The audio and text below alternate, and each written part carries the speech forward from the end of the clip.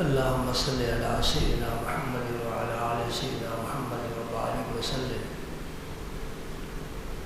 اللهم صل وسلم على رسولك الكريم وعلى الطاهرين اغفر وارحم وانت خير الراحمين. اما بعد فاعوذ بالله من الشيطان الرجيم. بسم الله الرحمن الرحيم. ان الله وملائكته يصلون على النبي يا ايها الذين آمنوا صلوا عليه وسلموا تسليما.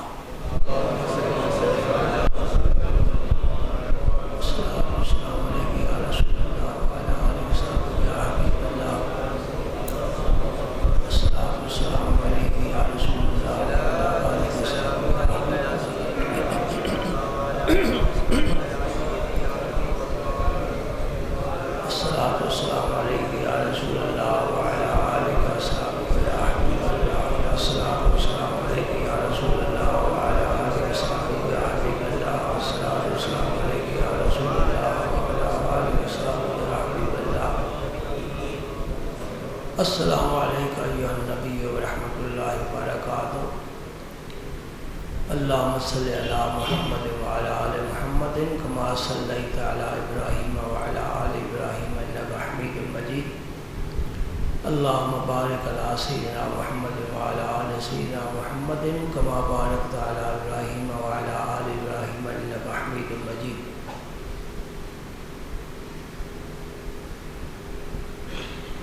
آج کی اس بابرکت محفل میں، مبارک دن میں، مبارک ساعتوں میں، مبارک مقام پر اور مبارک مجمع میں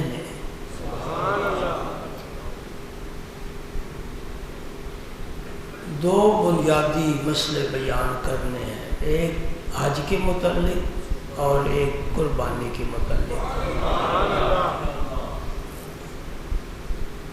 اسی ہفتے میں پورا عالم اسلام یہ دونوں کام کرے گا، قربانی بھی کریں گے، جنہیں اللہ نے توفیق عطا فرمائی وہ حج بھی کریں گے۔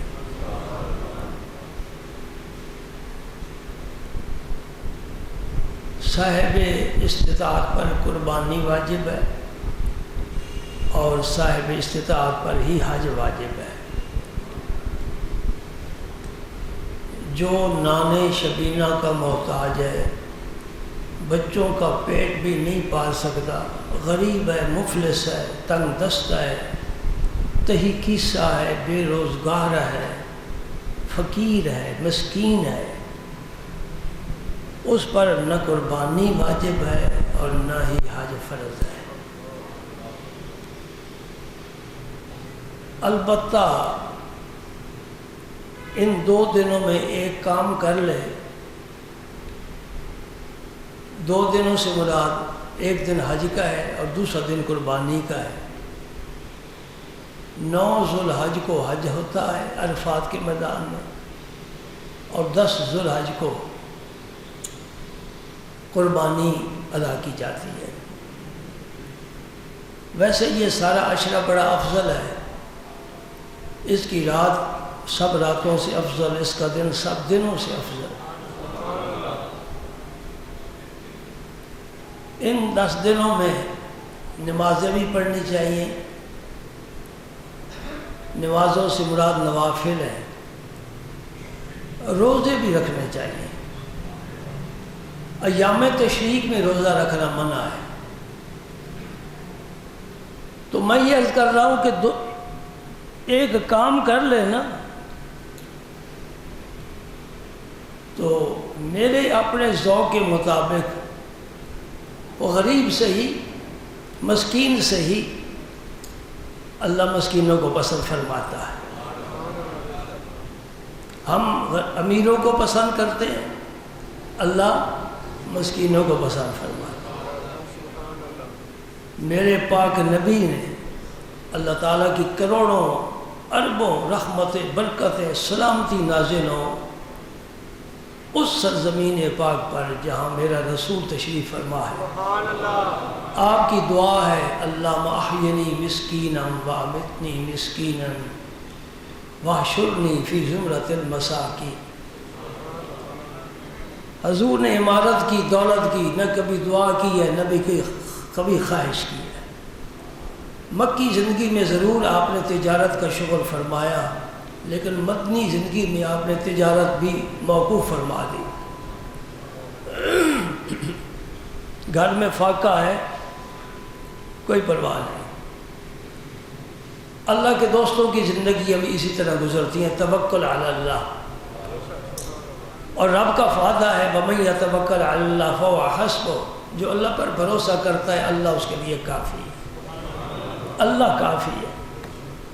حضور محبوب الہی خواجہ سید محمد نظام الدین اولیاء رضی اللہ تعالیٰ عنہ اپنے بچپن کا واقعہ بیان فرماتے ہیں کہ گھر میں فاقہ ہوتا تھا، اور جب مدرسے جانے کا وقت آتا تو میری اماں جی حضرت سیدہ بی بی زلیخہ مخدومہ کائنات رضی اللہ تعالی عنہ فرماتی بابا نظام آج ہم اللہ کے مہمان۔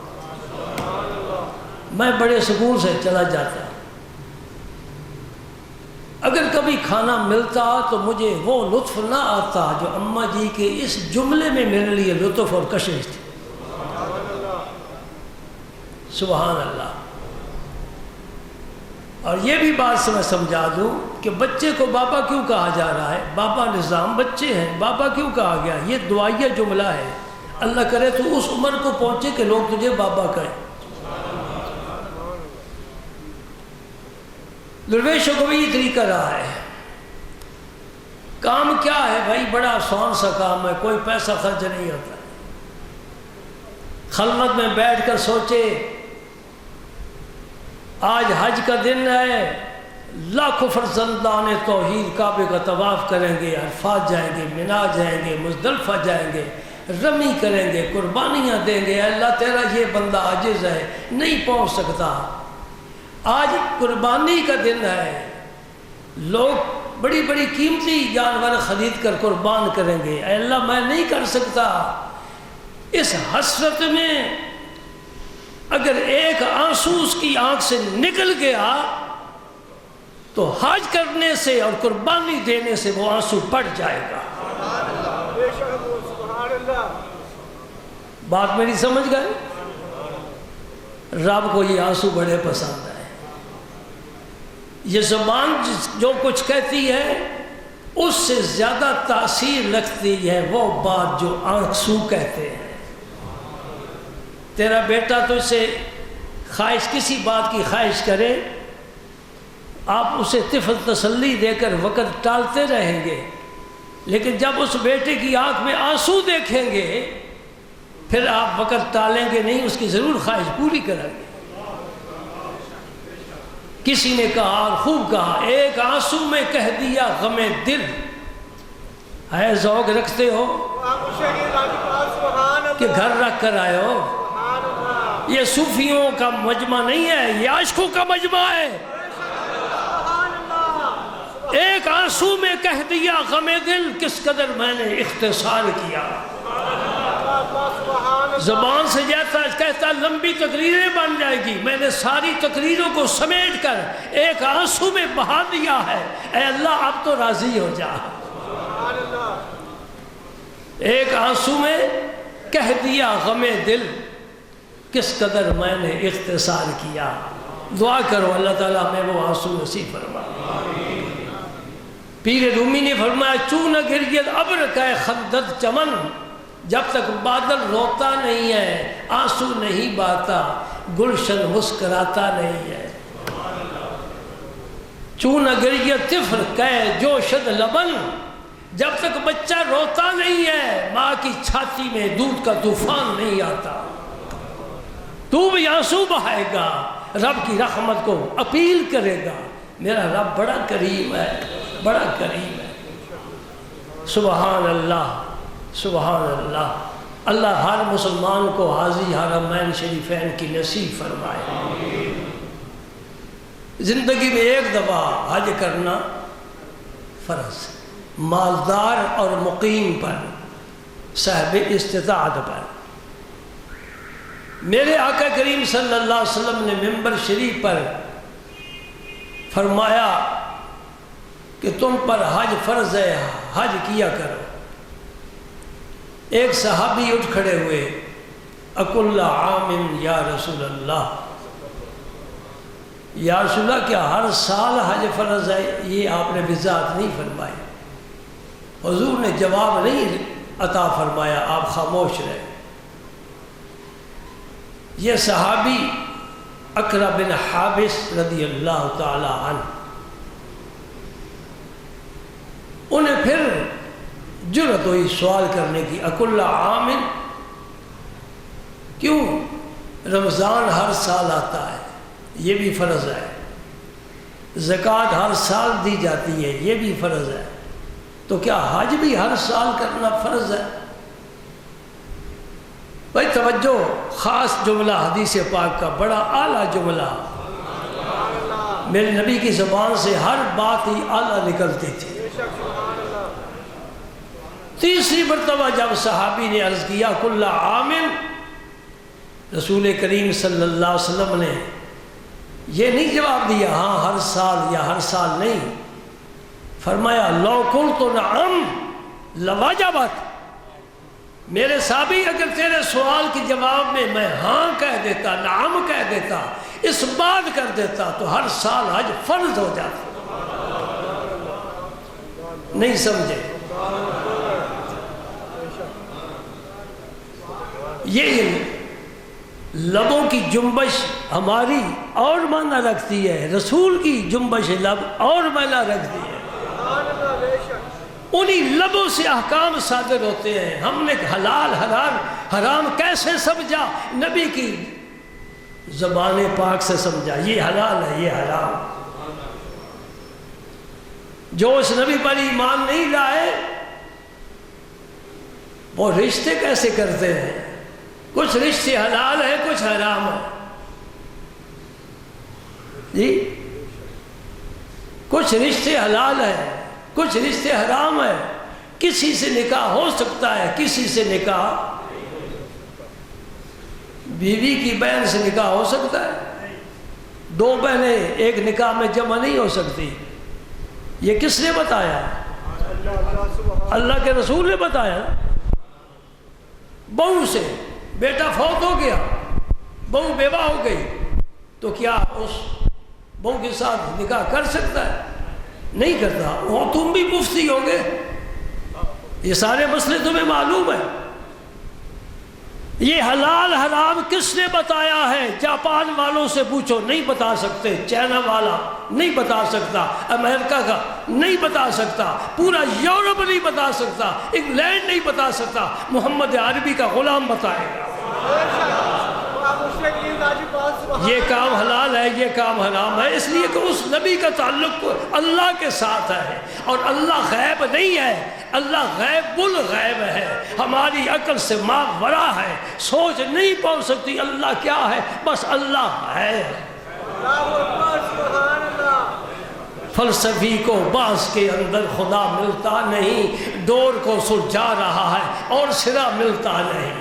تجربے کرتے کرتے زندگی گزر گئی، کائنات کا راز معلوم کرتا رہا، اپنا راز نہ معلوم کر سکا کہ میں کیا ہوں۔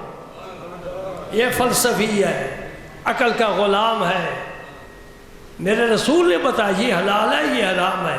اس طرح کھانے میں کس نے بتایا کہ گدا حرام ہے؟ پاکستانی بھول گئے، پہلے جانتے تھے۔ پتہ کب حرام ہوا؟ زمانہ جاہلیت میں یہ باقاعدہ کھایا جاتا تھا۔ مکے کے کافر، عرب کے قبائل ذبح کرتے، پکاتے، کھاتے۔ خیبر کے موقع پر رسول پاک نے دیکھی دیگیں چڑھی ہیں، فرمایا کیا پک رہا ہے؟ حضور گدھا پک رہا ہے، فرمایا اڑ دو دیگیں، آج کے بعد گدھا حرام ہے، حرام ہے، حرام ہے۔ گدھے کی حرمت قرآن میں تلاش کر تجھے نہیں ملے گی، میرے مصطفیٰ نے بتایا ہے۔ بلی حرام ہے، قرآن نہیں بتائے گا، میرے نبی نے فرمایا ہے۔ سمجھے نہیں سمجھے؟ ہاں، خیبر کے موقع پر رسول پاک نے 2 چیزوں کی حرمت کا اعلان فرمایا. ایک متع جو اب آج دن تک وہ کر رہے ہیں، صحابہ کے دشمن متع کرتے نہیں بلکہ اس کا بڑا اجر اور ثواب بتاتے ہیں. استغفر اللہ، یہ پرلے درجے کی بے غیرتی ہے اور شریعت میں اس کا کوئی جواز نہیں ہے. ہاں، خیبر کے موقع پر حضور نے 2 چیزیں حرام فرمائی، گدھا اور متع.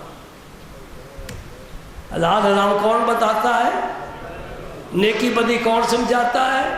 خیر و شر کی تمیز کون دیتا ہے؟ اندھیرے اور روشنی کی کون خبر دیتا ہے؟ کہو وہ نبی جو غیب سے خبریں لیتا ہے، اللہ اسے خبریں دیتا ہے. تلک من انباء الغیب نوحیھا الیک، یہ غیب کی خبریں ہیں، ہم آپ کی طرف وہی فرما رہے ہیں. وما هو علی الغیب بضنین، نبی غیب بتانے پر بخیل نہیں ہے، بتاتا ہے. آپ نے ایک مجلس گرم فرمائی، بڑے لمبے واعظ فرمایا آپ نے، صبح سے لے کر زور تک، اتنا لمبا واعظ آپ تو سن بھی نہ سکے. کئی کام یاد آ جائیں گے. صحابہ بیٹھے رہے، زور کے لیے آپ نماز کے لیے تشریف لائے، نیچے نماز ادا فرمائی، پھر واعظ فرمایا، اور کتنا لمبا، عصر تک. ناشتے کوئی یاد نہیں، گھر میں کھانا ٹھنڈا نہیں ہو رہا، کوئی فون نہیں آیا. تیری دنیا کچھ اور ہے، میرے نبی کے صحابہ کا کچھ اور ہے. ان کا مقصود صرف اور صرف اللہ اور اللہ کا رسول ہے اور اللہ کا قرآن ہے. زندگیاں سنوارتے ہیں، پیغام آ رہے ہیں اور اللہ کے نبی کے غلام عمل کر کے دکھا رہے ہیں. کوئی ایک بھی صحابی تمہیں ایسا نہیں ملے گا کہ اذان ہو رہی ہے وہ گھر میں بیٹھا ہے. کوئی ایک بھی صحابی ایسا نہیں ملے گا جو جھوٹ بولنے کا عادی ہو. ایک بھی صحابی ایسا نہیں ملے گا کہ باوجود اس کے کہ شراب حرام ہے پھر بھی پیتا ہے. اس لیے میرے نبی نے فرمایا اصحابی کا نجوم، میرے صحابہ ستاروں کی مانند. کیا مطلب؟ ستارے بلند ہیں. میرے نبی فرماتے میرے صحابہ کی شان بھی تم سے بہت بلند ہے. ستارے روشن ہیں، میرے صحابہ بھی تو روشنی کا مینار ہے. الصحابی کا نجوم بأیہم اقتدیتم اہتدیتم، جس کے پیچھے چلو گے ہدایت پا جاؤ. ہر صحابی وہ امیر معاویہ بھی صحابی ہے نا جی. اور سنیوں مجلسوں میں بیٹھ کر ذہن خراب ہو جاتے ہیں. نہیں، جب نام آ جائے نبی کا صحابی ہے بس سوچ ختم. تاریخ اس کی 1000 اس پر اعتراض کرے کہ میں تاریخ پر ایمان نہیں لایا، میں قرآن پر ایمان لایا، میں نبی کا کلمہ پڑھتا ہوں، مجھے تاریخ کے ساتھ کوئی غرض نہیں ہے. یہ تاریخ لکھنے والا ضروری ہے کہ باوضو لکھے؟ قرآن تو باوضو لکھا جاتا ہے. تو حج کا اعلان جب فرمایا تو صحابی نے پوچھا یا رسول اللہ ہر سال؟ فرمایا یہ فرما دیتے کہ نہیں بھئی ہر سال نہیں، زندگی میں ایک دفعہ. نہیں فرمایا. لو کل تو نام، یہ کل تو واحد متکلم کا ذکر ہے، لو شرطی ہے. اگر میں کہتا، اس میں جو اعلیٰ ضمیر ہے اس میں بڑا جلال ہے، بڑا رعب ہے، بڑی ہیبت ہے. اللہ کا رسول کہہ رہا ہے کہ تم نہیں جانتے میں اللہ کا رسول ہوں. کوئی اور کہے کچھ نہیں ہوتا، اللہ کا رسول کہہ دے فرض ہو جاتا. لو کل تو نعم، اگر میں کہتا لواجبت. معلوم ہوا بخدا خدا کا یہی ہے در، نہیں اور کوئی مفر مکر. جو وہاں سے ہو یہیں آ کی ہو، جو یہاں نہیں تو وہاں نہیں. اللہ غیب الغیب ہے، نبی کا تعلق اپنے اللہ کے ساتھ ہے. ادھر سے ہر وقت پیغام. یہ میرے ہاتھ میں حدیث پاک کی کتاب ہے، یہ ایک تو نہیں ہے، بے شمار حدیث کی کتابیں ہیں. 6 کتابیں جنہیں سیاستہ کہتے ہیں، یہ تو درس نظامی باقاعدہ دورے کے طور پر پڑھائی جاتی ہے. اس کے علاوہ بڑی کتابیں ہیں، بہت کتابیں ہیں. حدیث کیا ہے؟ یہ حدیث بھی اللہ کی وحی ہے، قرآن بھی اللہ کی وحی ہے. فرق کیا ہے؟ وہ وحی مطلوب ہے. مطلوب کا معنی جس کی نماز میں تلاوت کی جا سکتی ہے. فَقْرَؤُوا مَا تَيَسَّرَ مِنَ الْقُرْآنِ، آسانی سے جو قرآن پڑھ سکو پڑھو. نماز میں حدیث نہیں پڑھی جا سکتی، قرآن پڑھا جاتا ہے۔ حدیث وہی غیر مطلوب ہے، قرآن کی وہی یہ جلی کہلاتی ہے، اور حدیث پاک یہ وہی خفی ہے، یعنی معنی رب نے بھیج دیا قلب نبی پر، نبی نے لفظوں میں صحابہ کو سمجھا دیا۔ معنی کیسے آتا ہے؟ میں چپ کر کے بیٹھ جاؤں، تم بھی چپ کر کے بیٹھ جاؤ، میرے دل میں جو بات ہے وہ میں آپ تک پہنچا سکتا ہوں؟ معنی کیسے آیا؟ لفظ کے ذریعے۔ پھر لفظ تو منہ سے نکلتا ہے، وہ لفظ کہلاتا ہے۔ یہ جو قرآن پاک کے صفحات پر ہمیں نظر آتے ہیں نا، یہ لفظ نہیں ہے، لفظ تو منہ کا بول ہے نا۔ یہ جو لکھتے ہیں یہ لفظ نہیں ہے، اسے نقش کہتے ہیں۔ اب سنو، نقش دلالت کرتا ہے لفظ پر، لفظ دلالت کرتا ہے معنی پر، اور معنی سے مخل معنی نکلتا ہے، یعنی پھر معنی کا مغز۔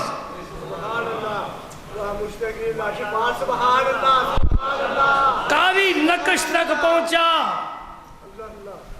عالم لفظوں تک پہنچا، اور معنی کو سمجھا، اور اللہ کا ولی مخل معنی تک پہنچا، جو اس معنی کا پھر مغز ہے وہاں تک پہنچا ہے۔ اس لیے مشائخ ہے۔ حضرت بابا فرید الدین فرماتے ہیں العلماء اشرف الناس، انسان ویسے ہی اشرف المخلوقات ہے، اس میں سے پھر چنے گئے علماء، یہ اشرف الناس ہے، یعنی ان لوگوں میں سے اشرف۔ فرمایا مشائخ اشرف الشرفاء، ان اشرف الناس سے بھی یہ اشرف، ان سے بھی اشرف اور اعلیٰ ہے، ان کا تعلق مخل معنی کے ساتھ ہے۔ تو نبی پر وہ معنی آتا ہے، نبی لفظوں میں بیان فرماتے، حدیث بن جاتی ہے۔ قرآن متن ہے، حدیث اس کی شرح ہے۔ قرآن متن ہے، حدیث اس کی شرح ہے۔ جو مسئلہ قرآن سے ثابت ہے اس میں اجمال ہوگا، نبی اس کی وضاحت فرمائیں گے۔ یہ نماز کو لے لو، زکوٰۃ کو لے لو، حج کو لے لو، اللہ نے نہیں فرمایا وَلِلَّهِ عَلَى النَّاسِ حِجُّ الْبَيْتِ مَنِ اسْتَطَاعَ إِلَيْهِ سَبِيلًا، مناسک حج تفصیل کے ساتھ نہیں بتائے۔ ایک جگہ یہ فرمایا إِنَّ الصَّفَا وَالْمَرْوَةَ مِنْ شَعَائِرِ اللَّهِ فَمَنْ حَجَّ الْبَيْتَ أَوِ اعْتَمَرَ فَلَا جُنَاحَ عَلَيْهِ أَن يَطَّوَّفَ بِهِمَا، کوئی حرج نہیں ہے، طواف کرو، صفا مروہ کا سعی کرو۔ وہی حادثہ پیش آیا، 100 سے زیادہ حاجی شہید ہوئے۔ لواحقین کے لیے صدمہ ہوتا ہے، شہید ہونے والا جنت میں جائے۔ وہ جس طرح احرام کی حالت میں تھے، قیامت کے دن اسی طرح احرام کی حالت میں اٹھے گے، اور کیا زبان پر ہوگا؟ لبیک اللہم لبیک، لبیک اللہم لبیک، ہم حاضر ہیں اللہ، ہم حاضر ہیں۔ سبحان اللہ، شان تو دیکھو ان کی۔ میرے پاک پیغمبر نے فرمایا جب حاجی لبیک کہتا ہے، احرام باندھتا ہے نا، تو لبیک ہے، یہی اصل میں احرام ہے۔ نفل پڑھ کر نیت کر کے یہ تلبیہ کہتا ہے، لبیک اللہم لبیک لا شریک لک لبیک ان الحمد والنعمت لک والملک لا شریک لک، لا شریک لک۔ بھائی اب میں کہہ رہا ہوں نا، لیکن مجھے وہ لطف نہیں آ رہا جو میں کعبے کو دیکھ کر کہتا ہوں لا شریک لک، بڑا لطف آتا ہے، بڑا سماحل آتا ہے۔ اللہ اکبر، اللہ اکبر۔ جب حاجی یہ کلمات کہتا ہے، حضور نے فرمایا اس کے دائیں طرف، اس کی بائیں طرف، جہاں تک زمین ہے، زمین کے ختم ہونے تک، ہر پتھر، ہر درخت، ہر مٹی کا ڈھیلا، وہ بھی حاجی کے ساتھ لبیک اللہم لبیک کہتا ہے۔ سبحان اللہ۔ میرے دوست مجھے یہ سمجھا کر جانا، نبی کو یہ کیسے پتا چل گیا؟ کوئی لاہور میں احرام باندھ رہا ہے، کوئی اسلام آباد میں احرام باندھ رہا ہے، کوئی کہیں سے احرام باندھتا ہے، نبی کو کیسے پتا چل گیا؟ کیا ہر حاجی جب تلبیہ کہے اسی طرح پتھر کہتے ہیں، درخت لبیک کہتے ہیں؟ ہاں میرا ایمان ہے، نبی نے سچ فرمایا، اس لیے کہ وہ رحمت للعالمین ہے۔ تبارک الذی نزل الفرقان علی عبدہ لیکون للعالمین نذیرا، جو عالمین کا نبی ہے وہ ذرے ذرے کی خبر رکھتا ہے اللہ کے عطا کرنے سے۔ بِإِعْلَامِ اللَّهِ تَعَالَى عَالِمَ مَا كَانَ وَمَا يَكُونُ، یہ ہمارے علماء کا مسلک ہے، بِإِعْلَامِ اللَّهِ تَعَالَى۔ وہ جو خطبہ حضور نے فرمایا نا، عصر سے لے کر پھر مغرب تک، صبح سے لے کر مغرب تک پورا دن خطبہ فرمایا، فَأَخْبَرَنَا بِمَا هُوَ كَائِنٌ إِلَى يَوْمِ الْقِيَامَةِ۔ حدیث پاک میں آتا ہے قیامت تک جو کچھ ہونے والا تھا نبی نے صحابہ کو سب کچھ بتا دیا۔ یہاں شارح حدیث نے ایک سوال اٹھایا ہے کہ ایک دن میں تو سارا کچھ بیان نہیں کیے جا سکتا۔ اول تو یہ سوال ہی اٹھانا نہیں چاہیے، حدیث میں واضح الفاظ ہے نا۔ حضرت ابو ہریرہ نے ایک دن حدیث بیان کی کہ قیامت کے دن چاند سورج یہ دوزخ میں ڈال دیے جائیں گے۔ ان کے شاگرد نے سوال کیا، حضور ان کا کیا قصور ہے؟ فرمایا میں تجھے رسول اللہ کی حدیث بتا رہا ہوں۔ سنو محبت والوں، سنو، جب اللہ کے رسول کی بات آ جائے، عقل غلام ہے اسے قربان کر دے۔ عقل قربا کن بپیش مصطفیٰ، تاب بینی زبت داتا انتہا۔ نبی پاک کے سامنے تیری میری عقل یہ کچھ نہیں، یہ روشنی ہے۔ کون سی روشنی؟ جو جگنوں کی روشنی ہے۔ یہ سورج کے سامنے کیا کر سکتی ہے؟ جگنوں کی روشنی چمن میں ہے، رات کو تو یہ حسن دکھاتی ہے، لیکن اس روشنی سے آج دن تک کسی نے کوئی فائدہ نہیں اٹھایا۔ نبی کی بات آج ابو ہریرہ نے جھڑک دیا کہ تو مجھ سے پوچھتا ہے چاند سورج کا کیا قصور ہے، انہیں دوزخ میں کیوں ڈالا جائے گا؟ میں تو اس سے رسول اللہ کی حدیث بیان کر رہا ہوں۔ سوال کا کیا مطلب؟ سمجھ گئے بات؟ یہ تمہاری زندگی میں یہ جملہ بڑا کام دے گا۔ جہاں نبی کی حدیث سے پاک آ جائے زبانوں پر مور لگا رہا ہوں، دل کان کے پردے تیار کرو، دل پر خلاف ہے اتار دو، اللہ کے نبی کی بات میرے دل میں اترے، مجھے عمل کی توفیق ملے۔ سبحان اللہ۔ تو جب یہ حدیث میں آ گیا نا، فَأَخْبَرَنَا بِمَا هُوَ قَائِمٌ إِلَى يَوْمِ الْقِيَامَةِ، قیامت تک جو کچھ ہے حضور نے ہمیں بتایا۔ پھر آگے سوال نہیں اٹھانا چاہیے، لیکن کسی کے ذہن میں اگر کوئی ایسی بات آ جائے تو جواب بتائے دیتے ہیں۔ پھر علماء نے لکھا ہے، شارح حدیث نے لکھا ہے کہ یہ نبی پاک کا معجزہ ہے کہ دن کے ایک دن میں سارے واقعات آپ نے بیان کر دیے۔ آپ فرماتے ہیں اعطی تو جوامع الکلم، مجھے جوامع الکلم دیے گئے۔ جوامع الکلم کیا ہوتا ہے؟ لفظ چھوٹا سا ہوگا، معنی کا سمندر اس کے اندر موجزن ہوگا۔ یہ نبی پاک کی شان ہے، لفظ تھوڑے استعمال فرماتے تھے اور ان لفظوں میں معنی بے شمار ہوتا تھا۔ انما الاعمال بالنیات، لفظ گنو کتنے ہیں؟ اور اس کی تشریح دیکھو جو علماء نے کی ہے، شارحین حدیث نے کی ہے، کتنے مسائل اس سے مستنبط کیے ہیں۔ اللہ اکبر، اللہ اکبر، سبحان اللہ، سبحان اللہ۔ الماء من الماء، یہ حدیث پاک ایک جملہ ہے، الماء من الماء، ماء پانی کو کہتے ہیں، پانی سے پانی ہے۔ الاذنان من الراس، یہ جوامع الکلم کی مثال دے رہا ہوں۔ لفظ مختصر ہیں، معنی میں بڑے بے شمار ہیں، اہل علم جانتے ہیں۔ میرے دوستوں میں کیا عرض کر رہا تھا، حضور نے فرمایا اگر میں کہہ دیتا تھا حج سار حج، پھر ایک حدیث میں آپ نے فرمایا جس آدمی پر حج فرض ہے وہ اگر حج نہیں کرتا تو اس حدیث پاک کا مفہوم یہ ہے کہ اس کے ایمان کا خطرہ ہے، اس کے یہ شمع ہو سکتا ہے گلی ہو جائے، ایک معمولی بات نہیں ہے۔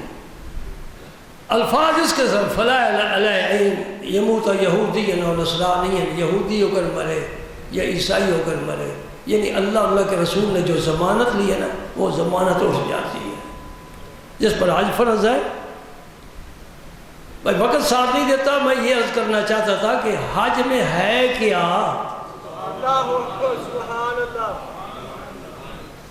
جی گئے نا احرام مان کر، پہلے تو احرام کی سمجھ نہیں آتی، یا اللہ یہ کپڑے کیوں اتروا دیے کہ سردی میں تو حج ہوتا ہے نا۔ ایک بیمار ہے، کمزور ہے میرے جیسا، رب کہتے کپڑے اتار دے، تیری بڑی قیمتی پوشاک ہے، تو نے بہت ڈھونڈ کر کپڑا لیا، اتار دے۔ یہ ایچکن وغیرہ، یہ واسکٹ وغیرہ اتار دے، یہ سویٹر جرسی انگلینڈ سے ہے اتار دے۔ یا اللہ کیا کروں، 2 ارسلی چادریں، یا اللہ یہ کیا معاملہ ہے؟ فرمایا میرے حبیب نے باندھ دیا، تو بھی باندھ۔ یہ حج شروع ہو رہا ہے، احرام باندھا جا رہا ہے، میرے حبیب نے یہ لباس پہنا ہے، تو بھی پہن۔ میں نہ عربی کو جانتا ہوں، نہ اجمی کو جانتا ہوں، نہ سندھی کو جانتا ہوں، نہ بلوچی کو جانتا ہوں، سب کے اپنے اپنے لباس ہیں۔ پنجابی کا اپنا ہے، سرحد والوں کا اپنا لباس ہے۔ نہیں، آج سارے لباس اتار دو۔ کوئی مشرق سے آیا، کوئی مغرب سے آیا، کوئی کسی ملک کا ہے، کیسا موسم ہے، کیسی صحت ہے، اتار دے، دو چادریں اصلی بات، یہ میرے نبی کا لباس ہے۔ سبحان اللہ، سبحان اللہ۔ یہ نبی کی یاد منائی جا رہی ہے۔ آگے چلے جی، آگے چلے۔ نفل پڑھے، نبی نے پڑھے، تربیہ کہا، نبی نے تربیہ کہا۔ کعبے میں آ گئے، طواف کر، کس نے کیا؟ میرے رسول نے کیا۔ ہم اپنی شریک کی بات کرتے ہیں، ورنہ تو حضرت آدم علیہ السلام اسی خطے پر جنت سے آ کر اترے تھے نا، یہ مبارک خطہ ہے، اور یہاں سے 40 حج پیدل کیے تھے آدم علیہ السلام، 40 حج پیدل کیے تھے، اور قد مبارک بھی تو 60 ہاتھ تھا نا، تو بابا جی کا چلنا بھی تو پھر ہماری طرح تو نہیں تھا، ہم تو ان کے سامنے کیا ہے، کارٹون ہی ہے نا۔ چائے پی پی کر بیڑا غرق کر دیا صحت کا، سموسے پکوڑے کھا کھا کر اندر جلا دیا۔ اللہ اکبر۔ دوستوں، کھانے کے لیے چیزوں کا انتخاب کیا کرو۔ نبی نے کھجور کھائی ہے، نبی نے زیتون کھایا ہے، زیتون کا تیل استعمال کیا ہے، نبی نے دودھ پیا ہے، نبی نے پکوڑے سموسے نہیں کھائے۔ کوئی بنانے والا بیٹھو تو محسوس نہ کرے، چیزیں انتخاب کر کے کھایا کرو، عمدہ نفیس۔ ہوٹلوں کے کھانے اب تو لوگ چھوڑ رہے ہیں، بڑے دلچسپ ہوتے تھے، چلو بھائی لاہور چلتے ہیں، 4 دوست مل کر جائے وہاں، ذرا تکے کباب کھا کر آئیں۔ اب تکے کھا کر مجھے دکھا تو صحیح۔ میں تو بڑی مدت کا تمہیں کہتا ہوں، گھر کا کھانا نفیس بہترین ہے، اور میں ان ماؤں کو سلام کرتا ہوں جو اپنی اولاد کے لیے کھانا باوضو پکاتی ہیں، ان کی عظمت کو سلام کرتا ہوں۔ خدا کی قسم کھا کرتا ہوں، اس دھرتی پر ایسی بھی مائیں ہیں جو بچوں کو بغیر وضو کے دودھ نہیں پلاتی، وہی بچے قطب الدین بختیار کاکر بابا فرید بنتے ہیں۔ سبحان اللہ، سبحان اللہ۔ آستانہ عالیہ سیال شریف پر جو اعلیٰ حضرت خواجہ شمس العارفین کے زمانے میں لنگر میں کام کرنے والی عورتیں تھیں، جو درویش تھے، جو کھانا پکاتے تھے، وہ باوضو کا آٹا گوندھتے، باوضو کھانا پکاتے، اور وہ کھانے والے میرے لیے شاہ بنے ہیں۔ لقمہ اندر پاکیزہ جائے گا، اندر نور آئے گا، روشنی آئے گی، ایمان تازہ ہو جائے گا۔ اچھے اچھے کھانے انتخاب کر کے کھایا کرو، عمدے تھوڑا کھا لیا، ستھرا کھا لیا۔ سبحان اللہ۔ کعبے کا طواف میرے نبی نے کیا، اور پھر آگ دیکھ لو، کعبے کے ارد گرد گھومو نا، سب سے زیادہ تمہیں 2 جگہ رش نظر آئے گا، دونوں ایک دوسرے کے قریب ہیں، ایک حجر اسود ہے، ایک مقام ابراہیم۔ باقی جتنے تینوں کونے ہیں نا کعبہ شریف کے، وہاں اتنا رش نہیں ہوتا جتنا یہاں ہوتا ہے۔ کیا ہے جی یہ حجر اسود؟ حجر کا معنی پتھر، اسود کا معنی سیاہ، اور سیاہ پتھر میں کیا کشش رکھی ہے؟ اب تو گھس گھس کر کعبے کے اندر چھپتا ہے، ہم سے چھپتا ہے حجر اسود۔ یا اللہ، یہ کون آ گئے؟ یہ کون آ گئے؟ سود کھانے والے، رشوتیں لینے والے، اسی پیسے کے ساتھ یہاں آ گئے۔ اب وہ پتھر چھپتا ہے ہم سے، گھس گیا ہے، اندر چلا گیا ہے، اور سیاہ ہو گیا ہے۔ سب ودت ہو خطایا بنی آدم، یہ بڑا روشن تھا، چاند کی طرح چمکتا تھا۔ اس کی جہاں تک روشنی پہنچی ہے وہ حرم کی حد ہے۔ یہ جب آیا تھا نا جنت سے، پتھر جنت سے آیا ہوا ہے، یہ زمین کا نہیں ہے۔ بابا آدم بھی جنت سے آیا ہے، اور میرے نبی کہاں سے آیا اس کی ہمیں کوئی خبر ہی نہیں ہے، کوئی خبر نہیں ہے۔ آدم علیہ السلام کو بھی کوئی خبر نہیں کہ یا آخر زمان پیغمبر کہاں رہے، کہاں سے آئے۔ عالم ارواح میں اس سے پہلے سب نبیوں کی تربیت فرمائی۔ حجر اسود بڑا چمکدار روشن تھا، سب ودت ہو خطایا بنی آدم، آدم کی اولاد کے گناہوں نے اسے سیاہ کر دیا ہے۔ اس کو میرے نبی پاک نے ہی اٹھا کر نا اس کونے میں کعبہ شریف میں رکھا تھا۔ اپنے دست مبارک بھی لگے، اور پھر حضور نے اس کا بوسہ لیا، حضور کے لب مبارک بھی لگے۔ ہم حجر اسود کو اس وجہ سے چومتے ہیں، باقی کام تو خود بخود ہو جاتے ہیں نا۔ حضرت سیدنا عمر فاروق نے جو بڑے ہی جرأت والے تھے، انہوں نے فرمایا تھا انی اعلم انک حجر ما تضر ولا تنفع لولا انی رأیت رسول اللہ صلی اللہ علیہ وسلم یقبلک ما قبلتک۔ اے پتھر مجھے پتا ہے نہ تو نفع دینے کی طاقت رکھتا ہے نہ نقصان پہنچانے پر قادر ہے، اگر میں نے رسول اللہ کو نہ دیکھا ہوتا کہ آپ نے تیرا بوسہ لیا ہے، عمر کبھی تیرا بوسہ نہ لیتا۔ سبحان اللہ، یہ ہے نصاب محبت کا، یہ نصاب ہے محبت کا۔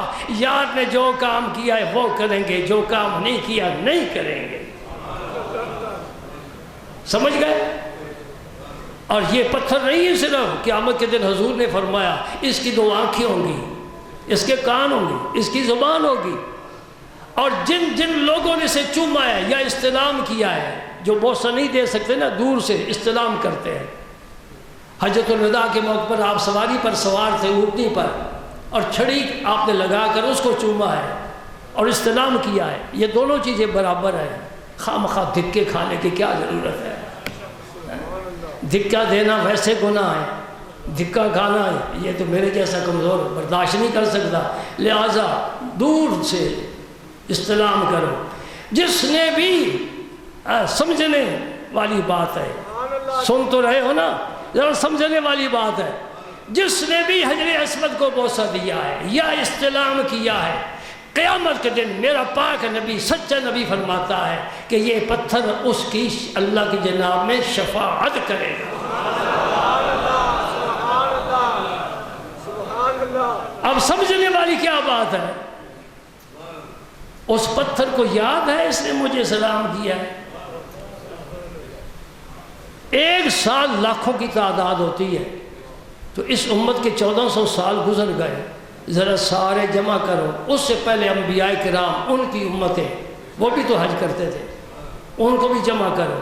ابھی قیامت دور ہے، ہمارے اپنے اندازے کے مطابق رب تو فرماتے اقتربت الساعہ وانشق القمر، اب قیامت قریب آ گئی۔ آل عرب کا ایک محاورہ ہے، کل آت قریب، ہر آنے والی چیز قریب ہوتی ہے، آ ہی جانا ہے اس نے، بلکہ قریب ہے۔ جو گزر گیا زمانہ وہ زیادہ تھا، جو باقی ہے تھوڑا ہے، قیامت آ گئی، قریب ہے۔ ابھی لوگ اس کا طواف کریں گے، کعبے کا استلام کریں گے، یہ حجر اسود کو سارا کچھ یاد رہ جائے گا، یہ رہے گا نا۔ اتنا علم ہے حجر اسود میں بھی، اتنی شناخت ہے اس پتھر میں بھی، اللہ کے رسول کی بات پھر کیوں نہیں کرتا؟ قیامت کے دن تمہیں مجھے پہچانیں گے نہیں پہچانیں گے؟ ہم بھی کلمہ پڑھتے ہیں، نبی کلمہ پڑھنے والے کو پیالہ رکھ، تو معلوم ہوا کہ قیامت تک آنے والے غلاموں کو میرا رسول پہچانے گا۔ دوستوں، ایک محفل ہوئی، 2 نعت خوان بیک وقت اپنا کلام پیش کر رہے ہیں۔ اللہ، مجھے بڑا لطف آیا، کلام میں نے نہیں سنا، میں نے ان کا پہلا انداز ہی سنا، یا رسول اللہ یا رسول اللہ۔ دونوں اپنا فن پیش کر رہے تھے، بار بار یا ایک کہتا وہ خاموش ہو جائے، پھر دوسرا کہتا یا رسول اللہ، پھر ان کا ایک اپنا فن ہے نا، ہمیں تو پتہ نہیں ہے۔ مجھے کیا لطف آیا، اس بات کا لطف آیا، اے پیارے نبی، اے میرے اللہ، صدیاں گزر گئیں، تیرے نبی کو ہم نے دیکھا نہیں، جیسے بھی ہیں گنہگار ہیں، سیاہکار ہیں، بدکار ہیں، تیرے نبی کو نہیں فراموش کر سکی امت۔ آج بھی یا رسول اللہ کی پکار ہے نا، پکار یا رسول اللہ کی پکار ہے۔ اور میں تمہیں ایک بات سمجھاتا ہوں، میں جو مسئلے بیان کرنا چاہتا تھا وہ تو سارے ہی رہ گئے نا، لیکن یہ بھی تو مسئلہ ہی ہے نا۔ بڑا ہجوم ہے جی، سائیں کام والی سرکار کا میلہ لگا ہوا ہے، سارے شہر کے لوگ جاتے ہیں، بچے بھی جاتے ہیں۔ ایک بچہ باپ سے بچھڑ گیا اس مجمع میں، اب باپ کو ڈھونڈے تو کیسے ڈھونڈے، معصوم بچہ ہے، گم ہو کر رہ جائے گا۔ وہ کیا کرتا ہے، وہ پھر رونا شروع کر دیتا ہے، روتا ہے، پھر ابا ابا کہتا ہے کہ میرا رونا بڑے بڑے دلوں کو نرم کر دیتا ہے. کوئی میری طرف متوجہ ہوگا اور پھر میری انگلی پکڑ کے میرے ابے کو تلاش کرے گا اور میرے ابے تک پہنچا دے گا. سمجھ رہے نہیں سمجھ رہے؟ اس مجمع میں بیٹے کو باپ تک کس نے پہنچایا؟ اس فریاد نے، ابا ابا کی فریاد نے پہنچایا. معاشر کا میدان تو سامنے رکھ، اولین و آخرین جمع ہیں، تو کہاں ہے، میں کہاں ہوں، میرا نبی کہاں ہے. ہم جب یہ نعرے لگائیں گے یا رسول اللہ یا رسول اللہ، فرشتے کہیں گے اللہ اکبر سبحان اللہ. فرشتے کہیں گے یہ رسول اللہ سے بچھڑا ہوا ہے، اسے پکڑ لو، رسول اللہ تک پہنچا دو. یہ رسول اللہ کو دریافت کرنے اور ڈھونڈنے کا بہترین نسخہ ہے. کوئی فتوے شرک کے لگائے پرواہ نہ کرو، اس لیے کہ ہم تشہد میں پڑھتے ہیں السلام علیکہ ایھا النبی ورحمۃ اللہ وبرکاتہ. ضمیر خطاب بھی ہے، حرف ندا بھی ہے. اور امام غزالی نے فرمایا جب نمازی یہ تشہد پڑھتا پڑھتا اس مقام پر آئے وَاحْضُرْ فِي قَلْبِكَ النَّبِيَّ وَشَخْصَهُ الْكَرِيمَ وَقُلْ السلام علیکہ ایھا النبی ورحمۃ اللہ وبرکاتہ. اے نمازی یوں اسلام نہ کرنا، اپنے دل میں رسول اللہ کی ذات کو حاضر اور موجود سمجھے اور پھر کہے یا رسول اللہ تیری جناب میں یہ آپ کا ناچیز امتی سلام عرض کرتا ہے. یہ امام غزالی نے احیاء العلوم میں لکھا ہے. بات سمجھ گئے؟ سبحان اللہ. لاجپال لاجپال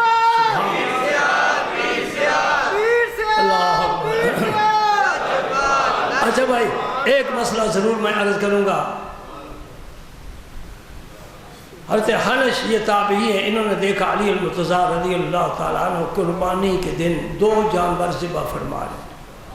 انہوں نے عرض کی حضرت ایک تو آپ کی قربانی ہے، دوسرا کیسے؟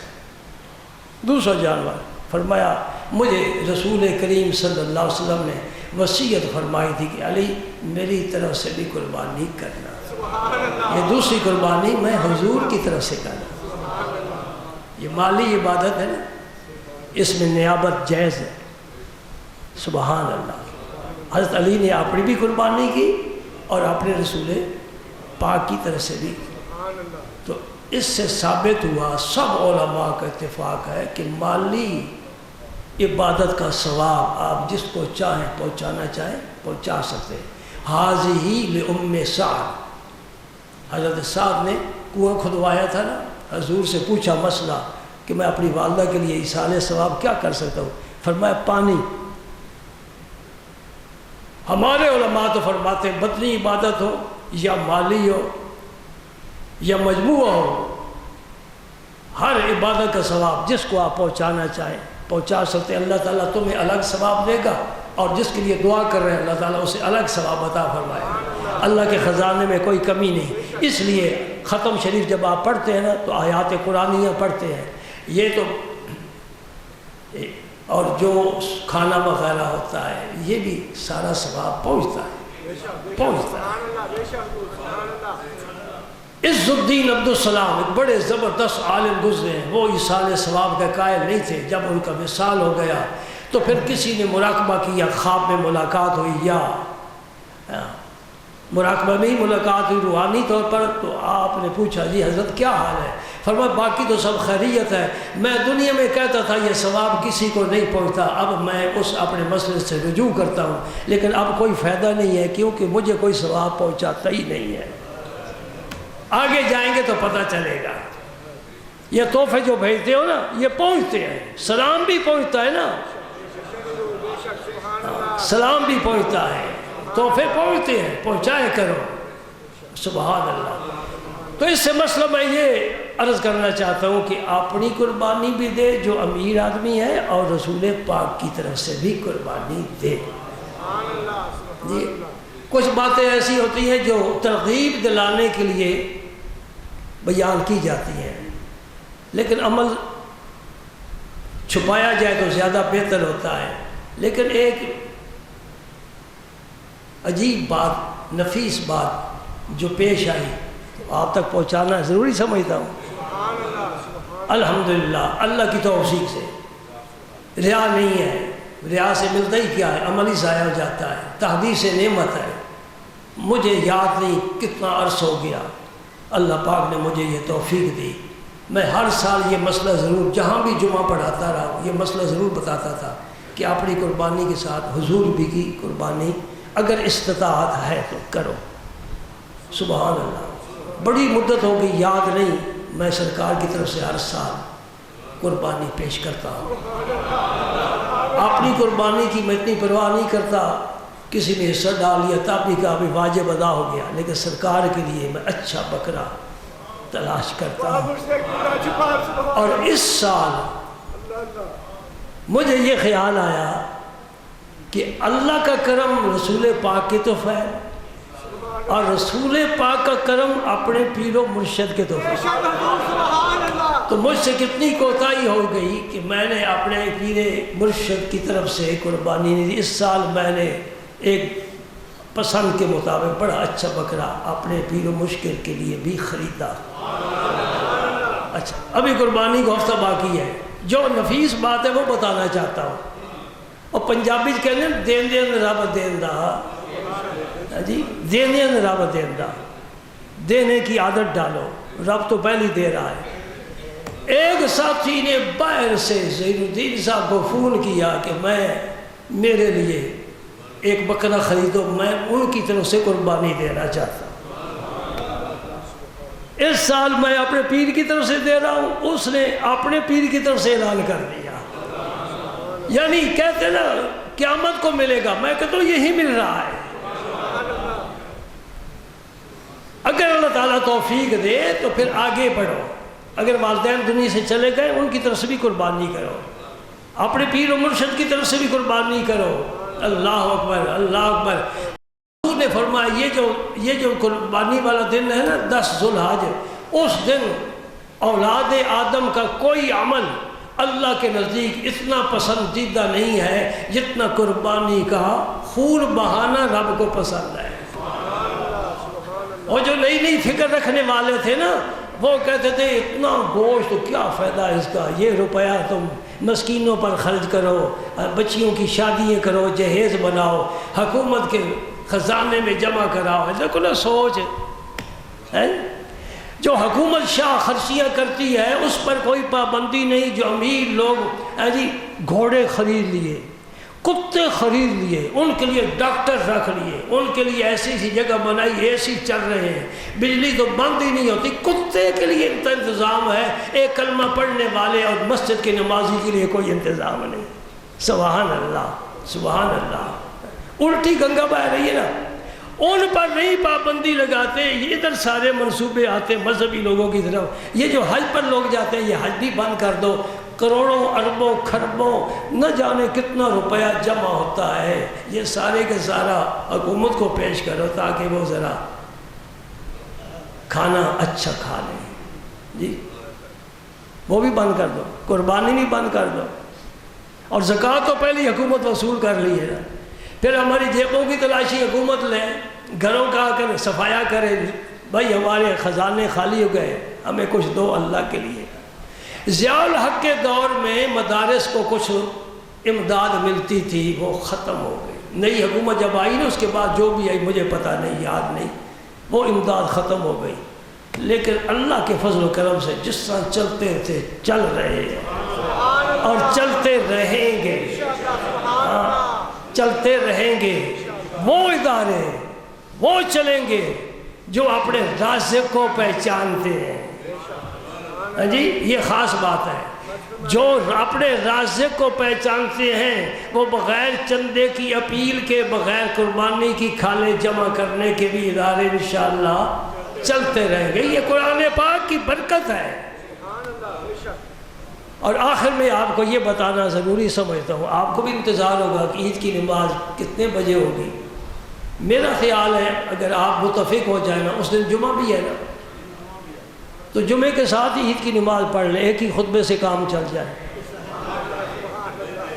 آپ نہیں میرے ساتھ متفق ہوتے؟ کیوں؟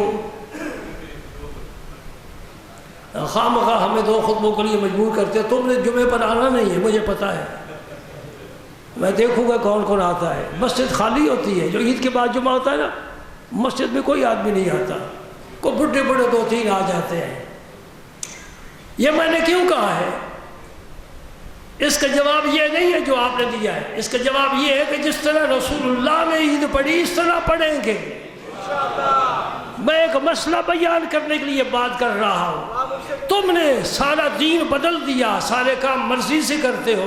ہم مولویوں کی تھوڑی اجازت دے دو, ہم بھی مرضی تھوڑی کر لیں, عید جمعے کے ساتھ پڑھ لیں. نہیں نہ کر سکتے, نہیں کر سکتے. تو کیا دین صرف مسجد میں ہی سمٹ کر رہ گیا؟ تیرے گھر میں دین نہیں ہے, تیری دکان میں بازار میں دین نہیں ہے, تیرے معاملات میں دین نہیں ہے. وہاں تو مرضی کرتا ہے. اگر مولوی مرضی نہیں کر سکتا تجھے بھی نہیں کرنی چاہیے, اور تو بھی نبی کے طریقے پر چل. جی مجھے آج دن تک کوئی ایسا مجاہد نہیں ملا جو ہاتھ کھڑا کر کے کہے میں آج کے بعد تم مجھے جو ہدایت کرو گے اللہ کے قرآن کے مطابق میں رسول اللہ کے فعل کے خلاف کوئی کام نہیں کروں. آج دن تک 30 سال ہو گئے اس مسجد میں جمعہ پڑھاتے ہوئے. میں کسی کو بابا چھوڑ دے ٹی وی کو, کیا کرتا ہے اب تو گور کنارے پہنچ گئے. نہیں بابا نہیں چھوڑتا. جی میں نے بابے بھی آزمایا ہے, بچے بھی آزمائے, جوانوں کو بھی آزمایا ہے. کوئی ایسا نہیں. ایک بات سن لے پہ چلتے ہیں. شراب پیتے تھے نا اہل عرب, بہت پیتے تھے. اب بھی پھر شروع ہو گیا زمانہ جاہلیت, پھر شروع ہو گیا وہی بری عادتیں. تھوڑی سی بات پر 10 روپے رکشے والے کو قتل کر دیا, خبر آئی اخبار میں. کوئی عقل والی بات ہے؟ کوئی عقل والی بات ہے؟ زمانہ جاہلیت میں چھوٹی چھوٹی باتوں پر تلواریں بے نیام ہو جاتی تھی اور انسان چلتا پھرتا ڈھیر ہو جاتا. شراب عام, بے پردگی عام. ہمارے یہاں پردہ ہے, ختم ہو گیا. اچھا اللہ تعالیٰ توفیق دے. حضرت انس حضور کے صحابی ہیں رضی اللہ تعالیٰ عنہ. صرف صحابی نہیں, ان کی ایک اعزازی شان اور بھی ہے کہ یہ حضور کے خادم خاص. مدینہ پاک میں 10 سال حضور کی خدمت کا شرف حاصل کیا ہے. سفر حضر میں ساتھ رہے. سبحان اللہ, بڑے بلند اقبال ہیں. حضرت انس چھوٹے تھے, فرماتے میرے والد کے مکان پر دوست احباب جمع تھے اور شراب کے برتن بھر کر مجھے حکم تھا کہ بیٹا تم تقسیم کرو. اتنے میں بازار میں, گلی میں, کوچے میں آواز آئی, کوئی منادی کر رہا ہے. لاؤڈ سپیکر اس زمانے نہیں ہوتے تھے. منادی کرنے والا گلی کوچے میں گھوم پھر کر, ہم نے بھی دیکھا اپنے بچپن میں, وہ ڈھول بجا کر نا سارے شہر میں گھوم کر وہ منادی کیا کرتے تھے. جاؤ سنو بیٹا کیا منادی ہو رہی ہے, کون ہے, آپ کی توجہ ہے, تھک تو نہیں گئے. اللہ خوش رکھے تمہیں, اللہ خوش رکھے. اللہ ہم سب کو نیکی کی توفیق عطا فرمائے. سبحان اللہ. او میں بڑی دور کی اور پاک زمانے کی خیر الامور خیر القرون کی بات کر رہا ہوں. حضرت انس فرماتے میں نکل گیا گلی میں نے سنا رسول پاک کی طرف سے کوئی منادی یہ اعلان کر رہا ہے لوگوں آج سے شراب حرام ہے. آج سے کہتے میں واپس آ کر آیا تو اپنے والد گرامی کو بتایا کہ حضور کا منادی ہے, کہتے ہیں شراب حرام ہے. حضرت انس فرماتے ہیں جس کے ہاتھ میں جام تھا اس نے وہیں سے الٹ دیا, جس نے منہ سے لگایا تھا پھینک دیا, سرائی توڑ دی.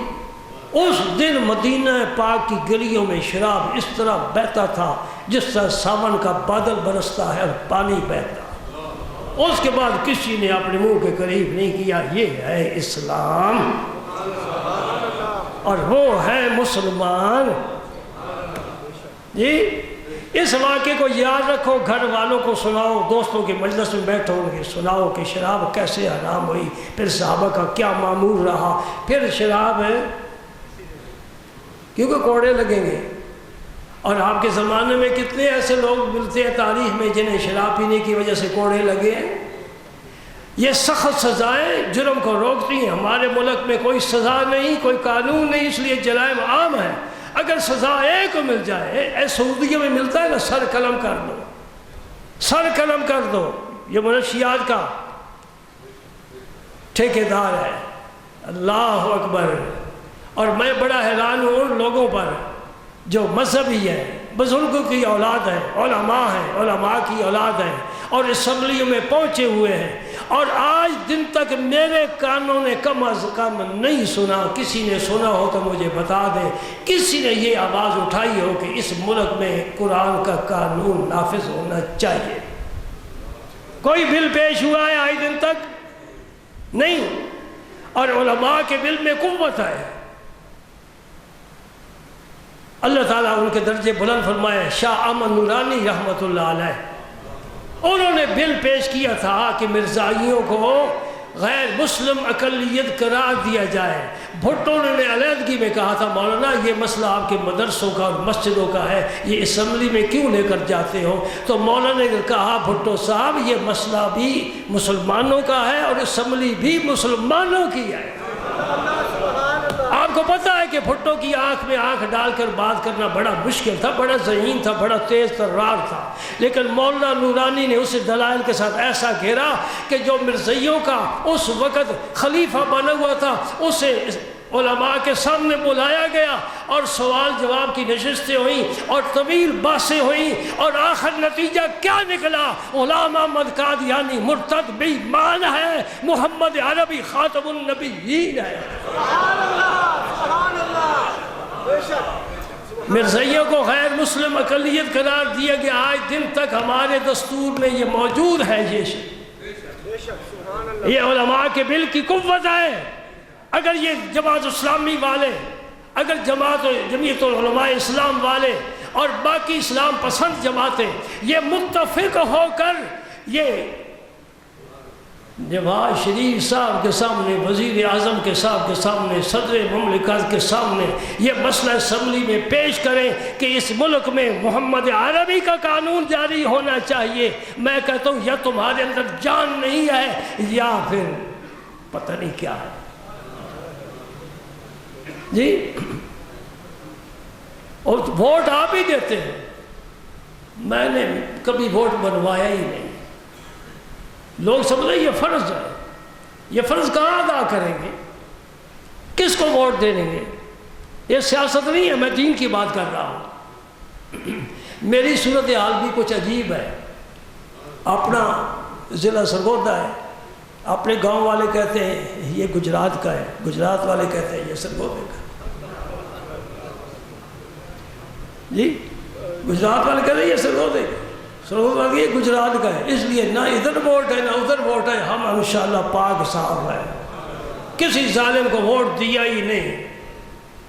لیکن آپ سے میں کہوں گا کہ جن لوگوں کو ووٹ دیتے ہو ان سے اپنی گلی کی نالی بنواتے ہو، یہ گیس نہیں ہے گیس لگواؤ، بس یہی تمہارے مقاصد ہیں۔ یہ بڑی چھوٹی سوچ ہے، اوپر کی سطح کی سوچ ہونے کی۔ کہو ہم تمہیں ایم ایل اے تب بنائیں گے، تو یا میرے ساتھ وعدہ کر کے اسمبلی میں جا کر یہ ہماری آواز اٹھائے گا کہ اللہ کے رسول کا قانون اس ملک میں جاری ہونا چاہیے۔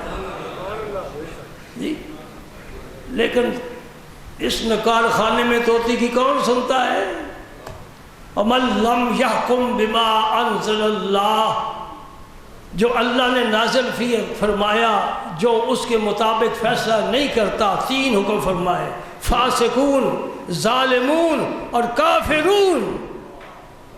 جو اللہ کے قانون کو نافذ نہیں کرتا، طاقت رکھتا ہے نافذ نہیں کرتا، وہ ظالم بھی ہے فاسق بھی ہے۔ جی عید کی نماز کتنے بجے پڑھیں گے آپ؟ یہ فیصلہ ہو تو پھر میں اٹھوں، 2 تو بج رہے ہیں نا، 6:30 بجے انشاءاللہ عید کی نماز۔ جو سویرے جاتے ہیں ان کے لیے تو کوئی مسئلہ نہیں ہوتا نا، جو 9 بجے آنکھیں مل کے اٹھتے ہیں کہتے ہیں میں نے عید پر نماز، وہ کہتے ہیں عید تو نماز 6 بجے ہو گئی، بڑی مولوی صاحب نے آج سویرے پڑھا چھوڑی۔ مولوی صاحب کو کیا پتا تھا کہ جوان ابھی انگڑائیاں لے رہا ہے؟ ہاں سویرے جاگتے ہیں جنہیں جانا دور ہوتا ہے، یہی بات یاد رکھ لو، سویرے جاگتے ہیں جنہیں جانا دور ہوتا ہے۔ اور ایک عرب شاعر کہتا ہے من طلب العلا سحر اللیالی، جو بلندیوں کے طلبگار ہوتے ہیں راتیں جا کر گزارا کرتے ہیں۔ محمد علی جناح جاگتا تھا، پاکستان رب نے بنا دیا، محمد علی نے نہیں بنایا۔ میں یہ کبھی بھی نہیں کہوں گا، وہ تو وکیل ہے، وکیل کیس کبھی جیت جاتا ہے کبھی ہار جاتا ہے، اور اس کے پیچھے مشائخ کی پوری ایک فوج ظفر موج ہے۔ اگر یہ مشائخ اس کا ساتھ نہ دیتے تو 2 بھیڑیوں کے منہ سے یہ پاکستان نہ نکال سکتا، بلکہ خود پہلے محمد علی، تم تو سے قائد اعظم کہتے ہو، میرے پیر و مرشد قائد اعظم نہیں کہتے تھے، جناح صاحب کہتے تھے، جناح صاحب۔ اور تمہیں پتہ ہے یہ خود پہلے کانگریسی تھا، یعنی ہندوؤں کی گود میں بیٹھنے والا تھا۔ اللہ پاک کو منظور ایسا تھا تجھے آزاد مملکت عطا کرے۔ اب آزادی مل گئی، ہم نے آزادی سے خوب فائدہ اٹھایا، ہاں جی، اپنے ملک کا ہم نے ستیہ ناش کر دیا، گندگی غلاظت پھیلا پھیلا کر اپنے ملک کا ہم نے حلیہ بگاڑ دیا ہے۔ اللہ، حرام گوشت، مضر صحت گوشت کھلایا جا رہا، اغوا ہو رہے ہیں، قتل ڈکیتی، یعنی کوئی ایسا جرم نہیں جو ہمارے اندر پایا نہیں جاتا۔ دوستو، وقت دعا ہے، رب سے دعا کرو اللہ پاک ہمیں صحیح معنوں میں مسلمان بنائے، نیک اعمال کی توفیق عطا فرمائے، ہر برے کام سے بچائے اور برے لوگوں سے بچائے، اور سب سے برے لوگ وہ ہیں جو قرآن لے کر ہمارے ایمان پر ڈاکہ ڈالنے والے ہیں، بد عقیدہ لوگوں سے اللہ بچائے۔ آج میں نے آپ کا آدھ گھنٹہ زیادہ لے لیا، معذرت خواہ۔